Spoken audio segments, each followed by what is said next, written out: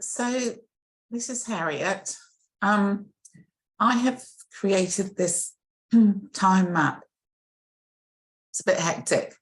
And I made it in response to the question of how my histories, geographies and cultural knowledge have influenced or impacted on my research and supervision. And I think this is also my teaching as well. So I've spoken about this in my interview with Catherine, but I've always been really, really intrigued by maps. So to ask me to do a time map, I can't do a time map without having maps, because I just always loved geography since I was a child, and I always spent a long time poring over maps, and I love maps, and I had atlases when I was very young, and a globe, and I've got one here. I love just examining them. So I've got United Kingdom in the middle here, which is where I was born, in Surrey, and it's also where my father is from. He's from Wales, and Liverpool. His mum is from Wales. And I have a Welsh blanket here. We grew up with a lot of Welsh blankets in my family, which belong to my grandmother, and other sort of Welsh artifacts. I've got so many different historical artifacts actually from family in Uruguay as well. So this is where my mother is from, Uruguay, and I've never been there, even though I have been to South America a couple of times. But that, that's definitely part of my history and my geography. And then my husband is from France, but his father's from La Réunion.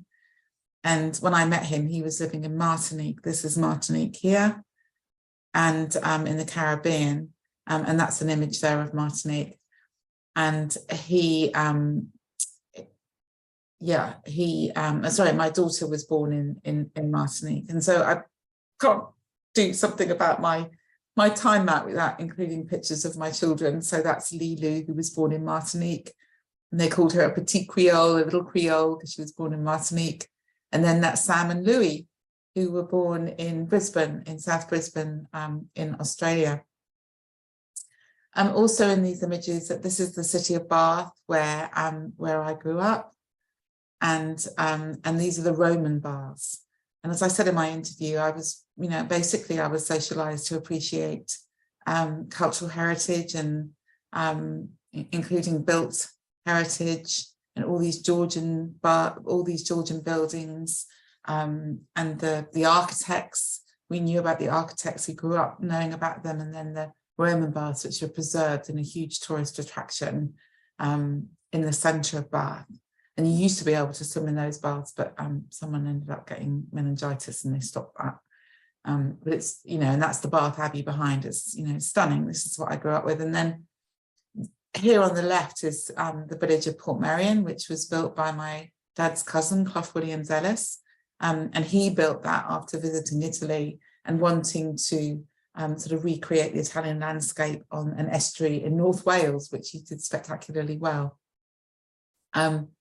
And that's where my dad grew up, and where we went on family holidays, and indeed where I'm going, next month when I go back to England. So, that's a very important part of my history and geography. And the other really important part of my world is Indonesia. So I went to Indonesia as an undergraduate student, wrote my honours thesis on an aspect of gotong royong, which is community cooperation. And that was my first sort of, I travelled there when I was travelling around the world. So I travelled around the world in 1988, 1989. But then I went back there in 1990 as a student at SOAS. And this is SOAS here, the School of Oriental and African Studies. So really, really important part of my life. Really, I spent 3 years there doing my undergraduate degree in the history of the modern Third World. And it was, where I learned about colonisation and post-colonial theory, and yeah, it really informed my research and my understanding of the world. As I said in my interview, Marxists, lots of Marxists working there and training students there. But Indonesia is a really, really important part of my history and my geography and the geographies. And I went again in 1995 to conduct research for my PhD with street children in the city of Yogyakarta. And I also lived in Lombok working on the OZE project. And then I've been back a zillion times. And actually one of the reasons I moved back to Australia after finishing my PhD was because I wanted to Indonesia. So you know, that's a huge reason why I'm living in Queensland, is because it's closer to Indonesia. So yeah, that's my sort of time map. I left Bath, you know, to travel the world, and I never really returned, because then I went to London, and then I was in Indonesia, and then I was in Australia, and then I was in the Caribbean, and then I traveled around the world for a couple of years. So, but these are all, I think, thinking about it geographically, these are all really important places to me, and inform my identity. And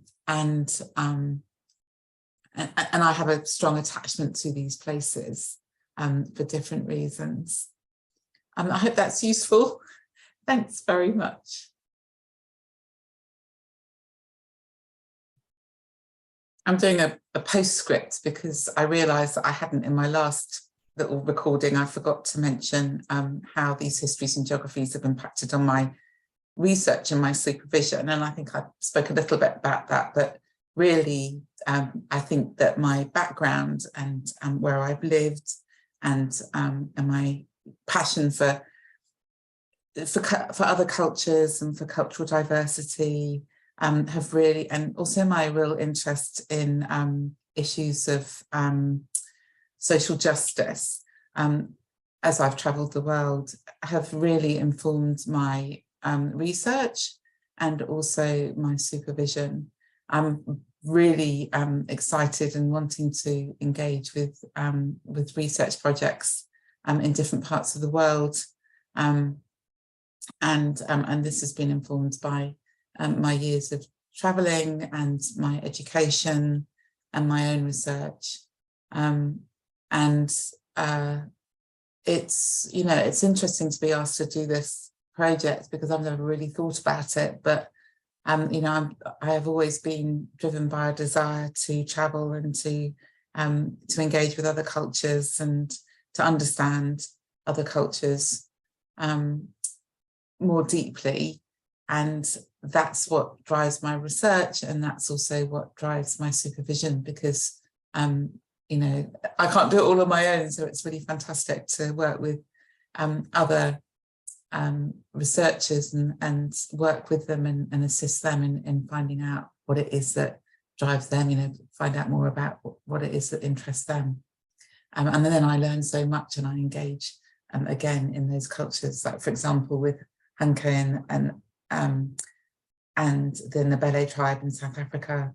You know, there's no way I would ever have gone and done that, but I've learned so much, and it's been such a thrilling and exciting research project to learn from her about her experiences in South Africa and growing up in South Africa and her own histories and geographies. And that's how that's informed her own research project working with the Ndebele people of South Africa.